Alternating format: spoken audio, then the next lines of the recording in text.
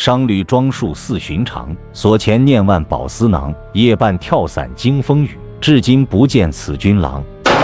大家好，在下奇闻居士。1971年的感恩节前夕，一个化名 DB 库珀的男人劫持了一架波音727，勒索20万美元后，在3000米高空带着巨款跳伞消失。50多年来， FBI 展开了地毯式搜索，调查了数百名嫌疑人，甚至找到了部分赎金，却始终无法解开 DB 库珀的真实身份和最终命运。然而就在最近，一位航空爱好者意外发现了一个尘封多年的降落伞，以及一段被掩盖的家族秘密。这会不会是揭开谜底的关键？ DB 库珀究竟是谁？他成功逃脱了吗？这起美国历史上唯一的未解劫机案背后究竟隐藏着怎样的真相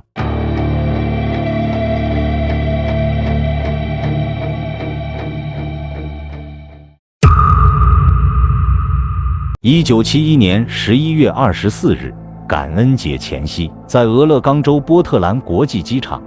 一个看似普通的男子，化名丹·库珀，登上了西北航空305航班，目的地是华盛顿州西雅图。他中等身材，约莫40多岁，身高约1.83米，身穿深色西装，打着黑色领带，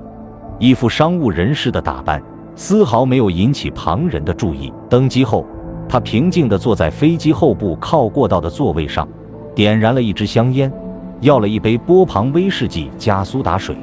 仿佛只是一名普通的旅客。然而，在他平静的外表下，隐藏着一个惊人的计划。飞机起飞后不久，当空姐弗洛伦斯·沙夫纳经过他身边时，库珀递给他一张折叠的纸条。沙夫纳最初以为是乘客递给他的电话号码，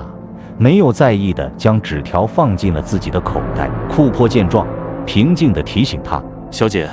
你最好看看里面的内容，我带着炸弹。”这句话如同惊雷般在沙夫纳耳边炸响，他立刻意识到情况不对，迅速查看了纸条上的内容。纸条上写着库珀的骇人要求：20万美元现金和4个降落伞，必须在飞机抵达西雅图塔科马国际机场后交付给他。接下来的几个小时里，一场紧张的准备工作在地面紧锣密鼓地进行。西北航空公司最终同意了库珀的条件，305航班在普吉特湾上空盘旋等待。令人惊讶的是，库珀始终保持着令人不安的冷静，甚至与空姐们进行友好交谈，展现出令人匪夷所思的从容。当飞机降落在西雅图塔科马国际机场后，库珀拿到赎金和降落伞，并释放了所有乘客和部分机组人员。随后，他要求飞行员再次起飞。在飞往里诺的途中，他在漆黑的暴风雨夜，3000米的高空，毅然决然地打开舱门，带着20万美元现金消失在黑暗中。2架紧随其后的 F-106战斗机在暴雨的掩护下，目睹了这个令人难以置信的瞬间。一个男人就这样凭借一己之力，策划并执行了美国历史上最为神秘的劫机案件。库珀的惊天一跳，为这个谜案揭开了惊心动魄的序幕。DB 库珀消失在茫茫夜色中后， FBI 立即展开了代号为西北劫持的大规模搜捕行动。 FBI 最初的调查方向集中在库珀的背景和技能上，他们认为库珀对飞机的结构和操作有一定了解，也熟悉跳伞区域的地形，因此推测他可能曾在军队服役，甚至可能是伞兵。然而，经过仔细分析，调查人员发现库珀选择的跳伞地点和方式都极不专业，甚至可以说是鲁莽。他跳伞的当晚，天气状况非常恶劣，狂风暴雨，能见度极低。库珀穿着西装和便鞋，使用的是无法转向的降落伞，在3000米高空跳入这样的环境中，生存的几率微乎其微。而且，他选择的备用降落伞还是缝合的训练用伞，这表明他对跳伞装备并不熟悉。因此， FBI 最终推翻了库珀是经验丰富跳伞员的假设。接下来的数年间， FBI 陷入了一场看似无穷无尽的追查迷局。他们仔细审查了800多名嫌疑人，每一个都有可能是这位神秘的劫机者。其中最引人注目的是理查德·弗洛伊德·麦考伊，一名越战老兵。他不仅拥有跳伞经验，还在库珀案件后实施了极其相似的劫机案。然而，指纹和目击者描述最终排除了他的嫌疑。讽刺的是，麦考伊后来因劫机罪被判监禁，并在与 FBI 的枪战中丧生。除了麦考伊，还有其他一些人也曾被列为嫌疑人，例如曾为波音公司工作的谢里丹·彼得森，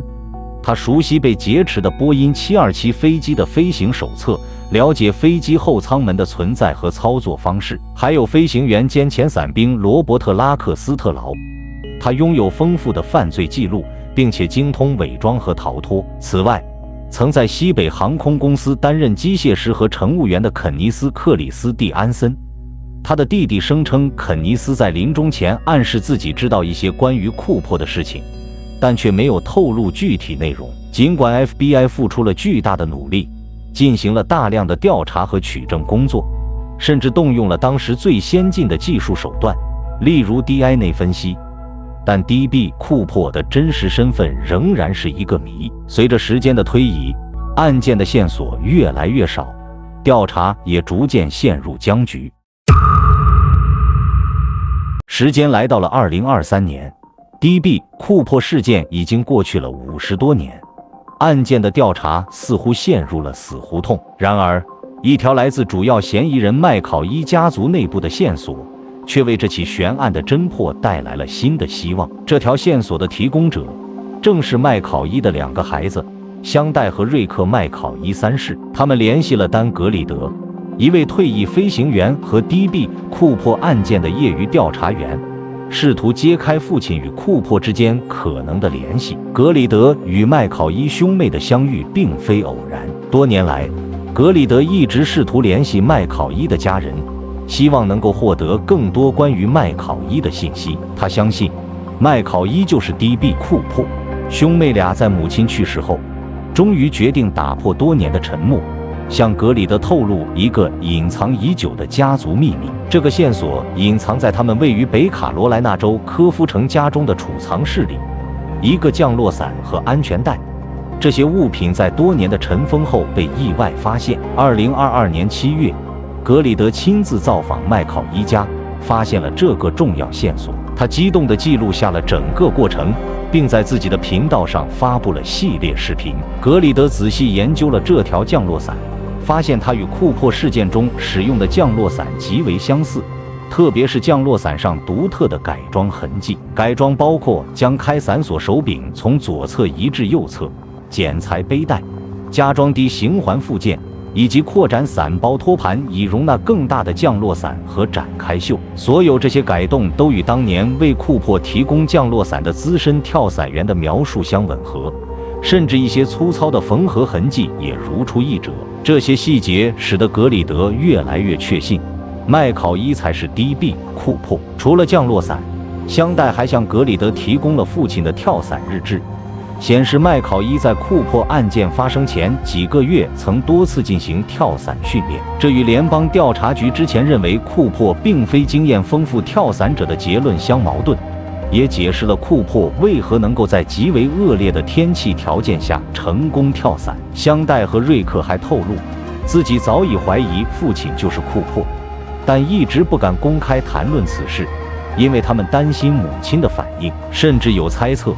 母亲可能参与了父亲的犯罪活动，成为同谋。直到2020年母亲去世，兄妹俩才决定向外界披露这个秘密。格里德将这些重要的发现分享给了 FBI， 特工们观看了格里德的视频后，立即联系了他，并前往北卡罗来纳州，